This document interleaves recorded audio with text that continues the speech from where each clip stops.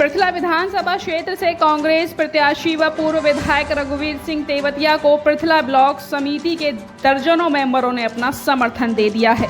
इस मौके पर कांग्रेस प्रत्याशी रघुवीर सिंह तेवतिया ने कहा कि हरियाणा प्रदेश में कांग्रेस की लहर चल रही है। कांग्रेस और भाजपा के बीच सीधा मुकाबला है, बाकी अन्य दलों का कोई जनाधार नहीं है। उन्होंने कहा कि प्रदेश में पूर्ण बहुमत के साथ कांग्रेस की सरकार बनने जा रही है। पृथला विधानसभा क्षेत्र में सरपंचों के बाद अब ब्लॉक समिति के सदस्यों ने कांग्रेस प्रत्याशी और पूर्व विधायक रघुवीर सिंह तेवतिया को अपना समर्थन देकर कांग्रेस की जीत का दावा किया है। उन्होंने कहा कि भाजपा सरकार में उन्हें मान सम्मान नहीं मिल रहा था। कांग्रेस से उन्हें उम्मीद है कि यहां उनकी सुनवाई होगी। इस मौके पर कांग्रेस प्रत्याशी पूर्व विधायक रघुवीर सिंह तेवतिया ने उनको गुलदस्ता देकर पार्टी का पटका पहनाकर स्वागत किया। उन्होंने कहा कि पृथला विधानसभा क्षेत्र में कांग्रेस पार्टी का जनाधार लगातार बढ़ता जा रहा है। क्षेत्र की जनता ने कांग्रेस और भाजपा के शासनकाल में विकास कार्य को देख लिया है। इस बार का चुनावों में कांग्रेस के पक्ष में एक तरफा माहौल बन रहा है। वो निश्चित तौर पर भारी मतों से जीत दर्ज करेंगे। उन्होंने कहा कि क्षेत्र के विकास के मुद्दों को लेकर जनता के बीच में जा रहे हैं। कांग्रेस के राज में हरियाणा प्रदेश प्रति व्यक्ति आय में नंबर 1 था, निवेश के मामले में नंबर 1 था, कानून व्यवस्था और खेलों में प्रथम स्थान पर था। कांग्रेस ने किसानों के हित में कार्य किया, सीनियर सिटीजन को सम्मान दिया। भाजपा के राज में कानून व्यवस्था का बुरा हाल है। प्रदेश बेरोजगारी में पहले स्थान पर आ गया है।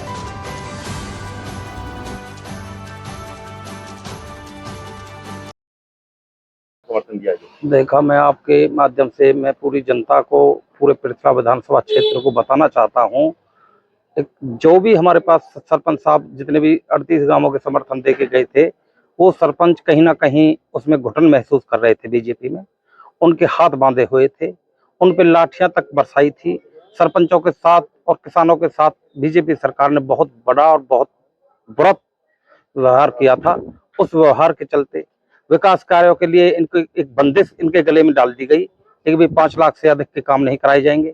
और भाई अब लास्ट में जब इलेक्शन का समय आया तो इनकी थोड़ी समय सीमा बढ़ाई गई भी, भाई इतने 25 लाख तक के काम करा सकते हैं। लालच दिया था वो लालच दिया था भाई, ताकि ये हमारे लोकसभा में भी साथ रह सके और विधानसभा में भी साथ रह सके। लेकिन छोड़ के आ रहे हैं। हाँ, लेकिन सब समझ चुके इनकी राजनीति को।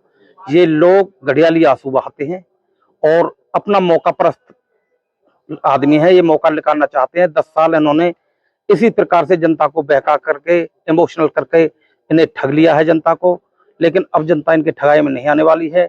ब्लॉक मेंबर हों या जिला पार्षद हों या सरपंच हों, पूरे हमारे जितने भी ये समिति हैं सब हमारे पास आ चुकी हैं, क्योंकि इन्होंने कांग्रेस का टाइम भी देखा है।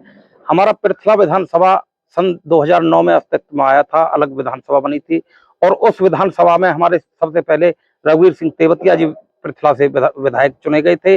और विधायक जी के जो काम थे, उन कामों के देखते हुए और 10 साल में जो बीजेपी ने जो काम किए, उस काम को देख करके, उसकी तुलना करके ये लोग अपने आप कांग्रेस में जुड़ रहे हैं। क्योंकि एक बार कहते हैं ना, भाई बंसीलाल ने कभी कहा था कि जिन सड़कों का जाल और जिन बिजलियों के जाल में फैला जा रहा हूं, इनकी मरम्मत नहीं होगी, कोई भी मुख्यमंत्री आ जाए। तो वही हालत हमारे विधायक जी की है।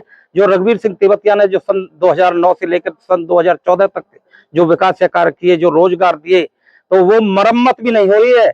जो बिल्डिंग हमारे विधायक जी ने बनवाई थी, रघुवीर सिंह तेवतिया जी ने, चाहे वो सेक्रेटरीट बनवाया, चाहे वो अपना स्टेडियम बनवाया या स्कूल बनवाए या चौपाल बनवाए, तो उन पे सफेदी भी नहीं हुई 10 साल में। मरम्मत नहीं जी, हम नए और इतने ही बनाएंगे। विधायक जी इतने ही और नए बनाएंगे। कोई गांव ऐसा अछूता नहीं रहेगा जिसमें कहीं भी कोई डिमांड जिसकी होगी, चौपाल की होगी या किसी स्कूल की होगी या किसी कमरे की होगी या किसी भी कम्युनिटी सेंटर की होगी, किसी की होगी, वो सारी चीज बनेंगी। जीत निश्चित है। जीत 100 के 100% और 101% निश्चित है, क्योंकि लोग ऊब चुके हैं इस बीजेपी से, दुखी हो चुके हैं। बहुत इमोशनल किया है इन्होंने, बहुत टॉर्चर किया है इन लोगों ने।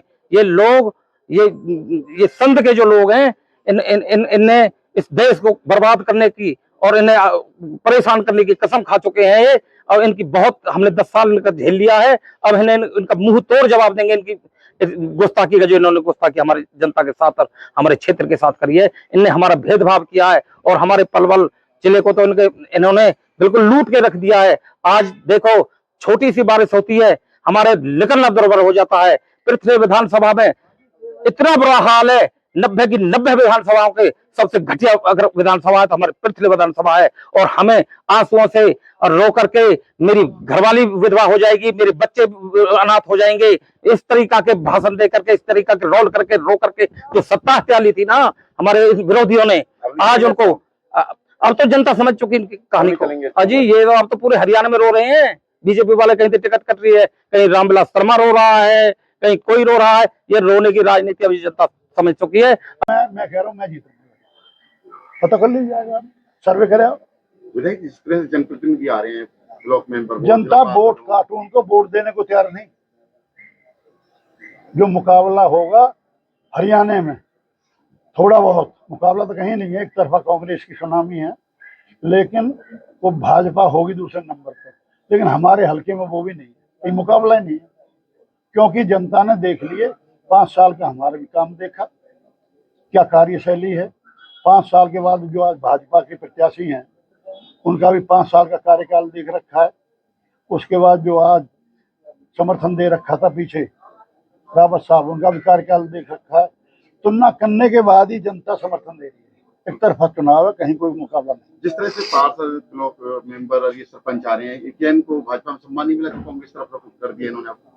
ये तो आप नहीं पूछ लो, सम्मान ना मिले, वो काम ना करे। जनता काम चाहती है, विकास के लिए बनाते हैं, वह जनता विकास करें।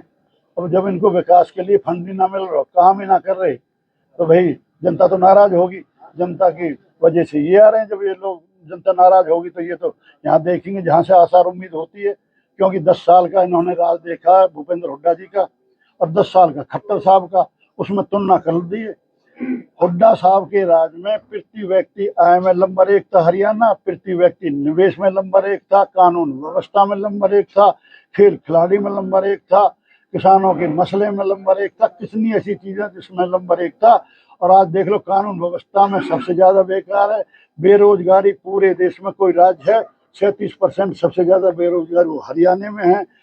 और जिस तरह बिहार और उत्तर प्रदेश में फिरौती मांगते थे, कानून व्यवस्था का दीवाला पिटा हुआ है, फिरौती हरियाणा में मांगी जा रही है। ये हालात, कितनी बातें बताएं आपको, वो आपके सामने।